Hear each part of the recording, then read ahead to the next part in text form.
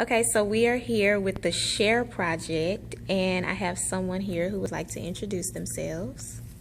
Go ahead. My name is Yolanda Trigg. Miss Yolanda, what has been your experience with HIV? My experience with HIV was as I call it or describe it, as a horrific experience. It was very scary.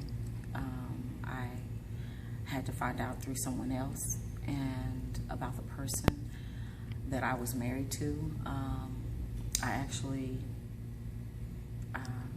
was about to get married to someone else, wanting a divorce, but I had been back and forth a little bit with my husband, but wanting a divorce because I wanted to go on with my life, didn't want any more abuse, which is the things that our life had been based on, the reason we weren't together at the time in the first place. My fiance at the time came to me and says, your daughter's father is in the hospital, he's dying, so I'm like, it's a lie, I'm sure. But for the most part, we go to the hospital, and my daughter and I, and he at the time was had lost a lot of weight. He was blind, and he told me he had spinal meningitis. So spinal meningitis is what he had. I go for months, taking her back and forth, buying him flowers, gifts, listening to him tell her stories about what he was going to do for her when he came home. Just, a life or imagination, that he's giving her.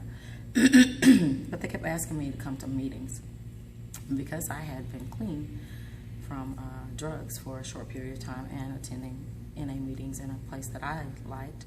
Whenever I was asked about meetings, like, no, I don't want any meetings. No, I have my own meetings.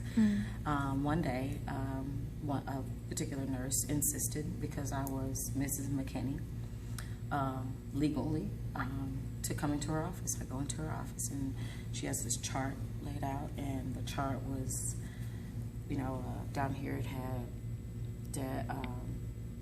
spinal meningitis, here was something else, and down here was death. But that was after the spinal meningitis. So I'm like, she says, well, Mr. McKinney has AIDS, and because you were his wife, legally, we have to get you tested. And at the time, I just thought my life was over with, because it was just, at the time there was no cure, and there was no one to tell me that it wasn't me. I went to the health center, and once I went to the health center, each time I would go, it was like, can you take more blood? I mean, can you tell me something and assure me that this is not gonna kill me? I'm not gonna die like this at the hands of somebody else. So years go by, and they finally say, well, you don't have it. And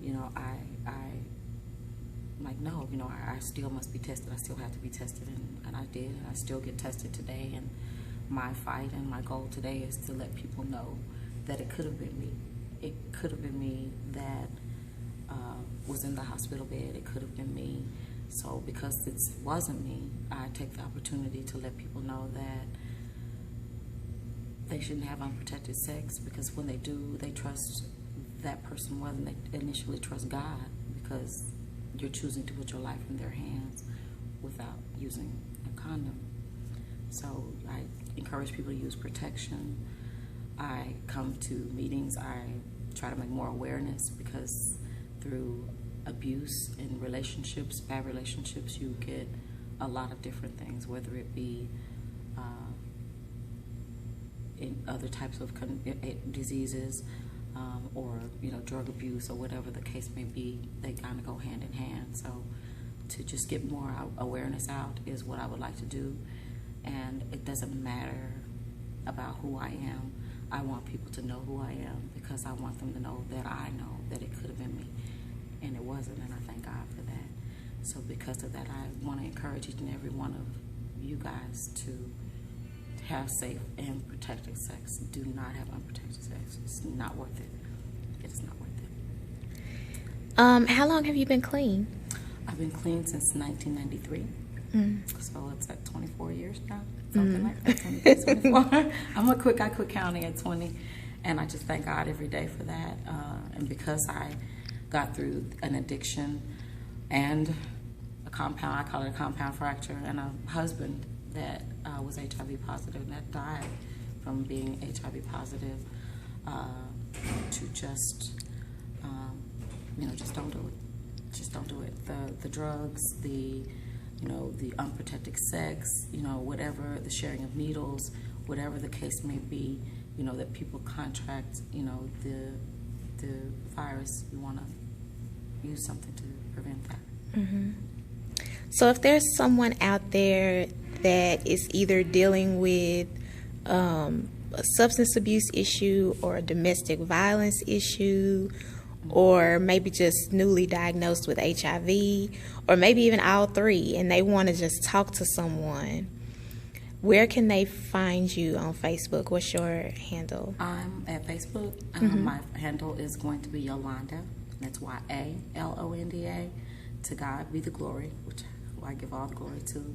And my last name is Trigg, and that's T's and Tom, RIGG. You can also find me on my email, if that would be more personal. If you're not on Facebook, and that's at love, LOVEISATRIGG at live.com. That would be love is a trig at live.com. Thank you so much for sharing your story. Thank you for having me.